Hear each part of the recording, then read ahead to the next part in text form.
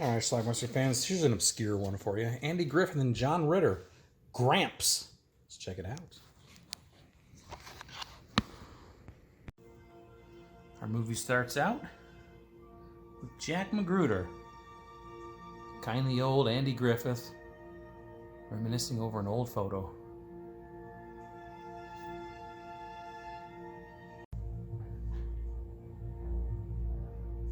And then he's dousing the place with gasoline.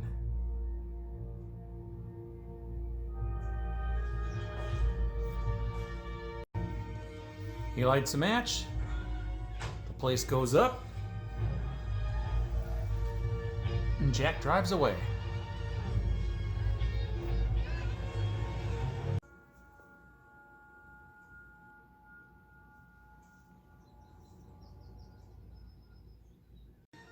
It's a funeral for his ex-wife, whom he hasn't seen in decades.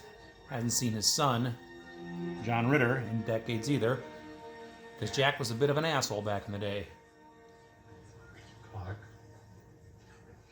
I got your telegram. We see some flashbacks to when Clark was a child. Jack was a drinker, an abuser. Mom and Clark fled, never looked back.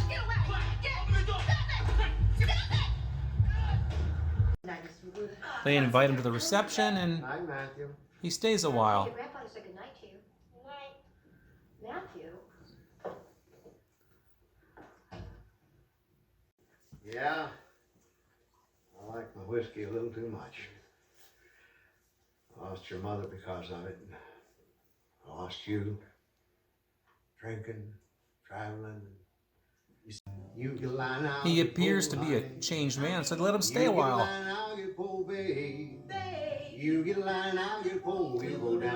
This is Ray Ellen, the maid. He also bonds with his grandson Matthew.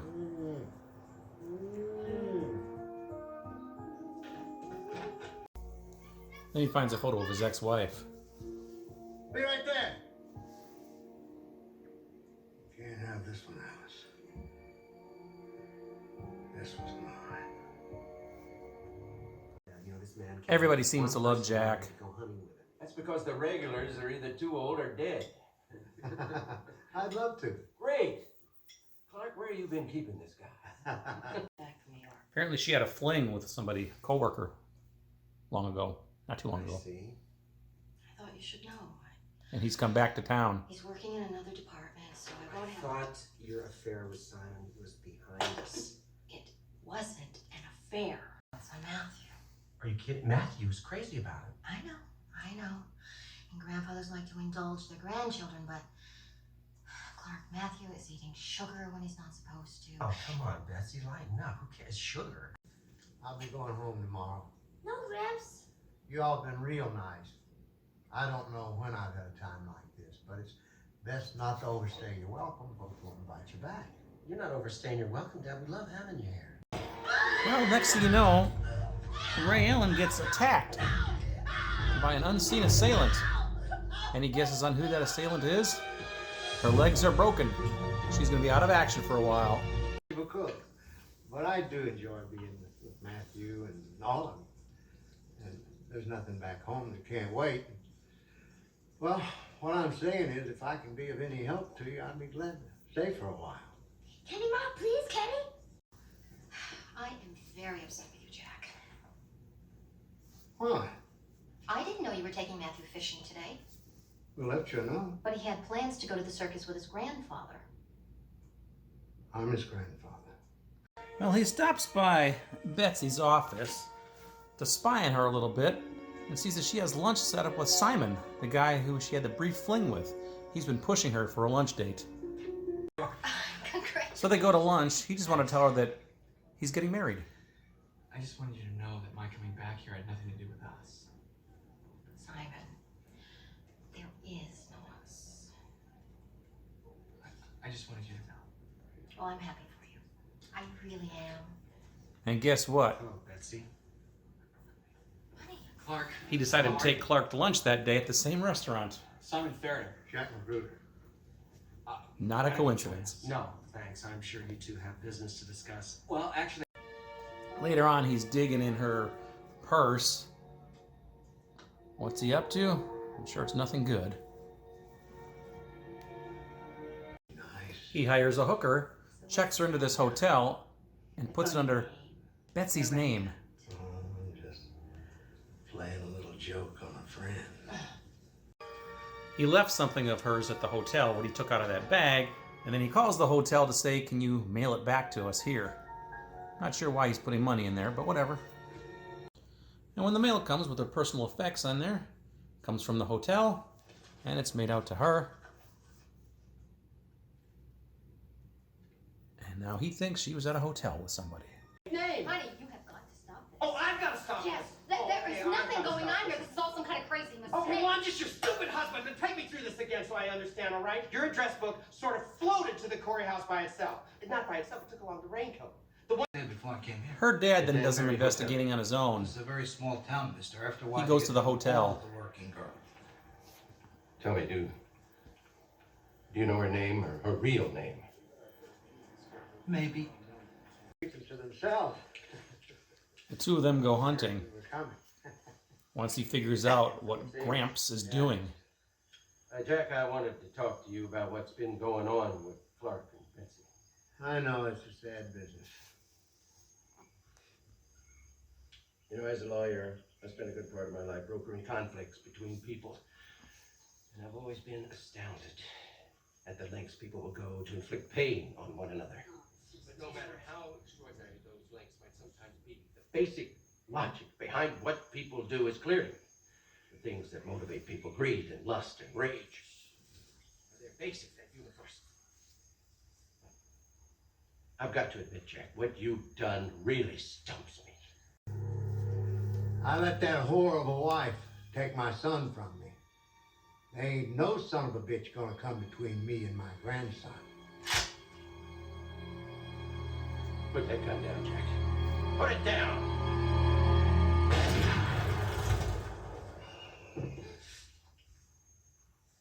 Drop the gun, mister. My friend's been hurt. We've got to call for help. I've already called. The police are on their way. Put the gun down.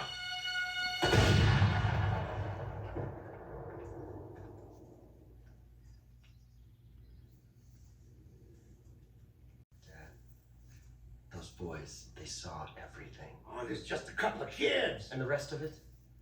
Huh? I went to the Corey house. I talked to those people. And I talked to Annette. I know about your house. They've been looking for you. Lies.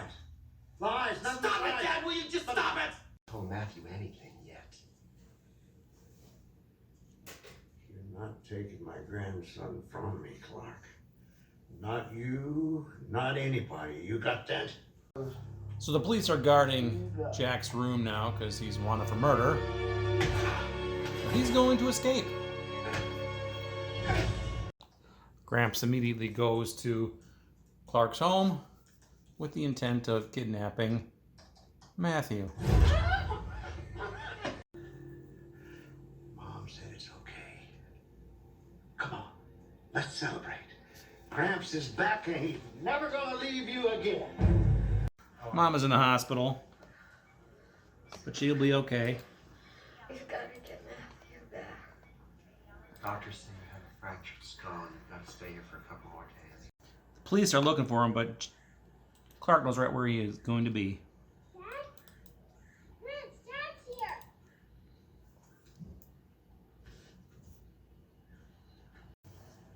He's going to try to fool him. She's gonna be fine. Problem now is the police know you're here. What you've done? No. The park ranger recognized you. Out of here. But Jack is not fooled. I want grandson. You gonna leave without me? No, sir, I wouldn't leave. Thank you. You hit Dad. Come on, get him up. Next thing you know, he's chasing them down the rapids.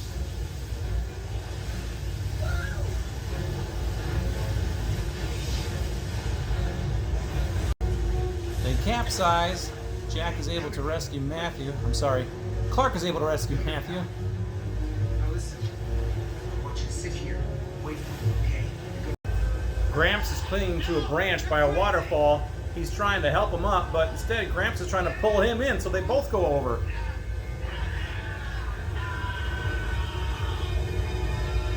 And that's our film. All right, let's talk about Gramps. Now, this is a Polish DVD, I think. Rodziny Piekto, which I can't remember what that means. I did look it up, but something about evil relative or something like that. Anyway, 1995 made-for-television movie with Andy Griffith and John Ritter. John Ritter's mother passes away, and he informs his father, Andy Griffith, who he hasn't seen in like 30 years or something, 20 years, I don't know, a long time, because dad was an alcoholic, used to beat mom, and it was an unpleasant situation. Mom and son fled years ago. But he comes by and pays his respects, and then, introduces himself to John Ritter's wife and his grandchild. And he seems like a kindly old man, and he says, I haven't drank in many years, and it cost me my wife and my family, and I didn't forget about you. I sent money, your mom never took it, blah blah blah, that sort of thing. So they feel pity for him a little bit, and they invite him to the reception. The next thing you know, they invite him to stay for a while, and he basically has a second chance with a family there. He ingratiates himself with the family, bonds with everybody, and he seems like a good old guy, but he does have an evil streak in him. So he finds out that the wife kind of wants him to go away eventually at some point. He overhears that, so he decides to attack the maid as a burglar, pretend he's a burglar, breaks her leg, so they need somebody to stay during the daytime. So Gramps is right there, of course. Then he finds out that the wife had an affair at one point, a very brief affair with a co-worker who's now back in town. He steals her pocketbook, her address book, finds out that the coworker came back and they were going to have a lunch together. He kind of pushed her into it. She thinks he kind of wants to have an affair again. She's refusing to do that. But at the lunch, he just basically says, look, I want you to know I'm getting married. I came back, had nothing to do with you, that sort of thing. Meanwhile, Gramps took his son to lunch that day, coincidentally, at the same restaurant. And basically, John Ritter catches them, his wife's with that man again, and thinks that she's cheating on him. So he freaks out and causes a big rift there between the family. Then, ultimately, his wife's father, John Ritter's father-in-law, does some investigating and finds out, because at one point Gramps set it up to make it look like she was cheating on him again in a hotel, that sort of thing. He finds out the truth, does the father-in-law, and he takes Gramps out hunting, and the two of them are talking. And the next thing you know, he says, I know everything you've done, you're going to leave, blah, blah, blah. Gramps shoots him and kills him. Some kids saw it happen, though, and then a hunter shot Gramps. Meanwhile, now Gramps is under house arrest, or I should say hospital arrest. He's recovering in the hospital. He manages to escape from the hospital, and then he kidnaps his grandson, takes him out to this fishing hole that he likes. John Ritter tracks him down because he's pretty sure he knows where they are, and he's right. He tries to trick Gramps into thinking, hey, let's the three of us run off together, but that doesn't work. They end up going down these rough rapids.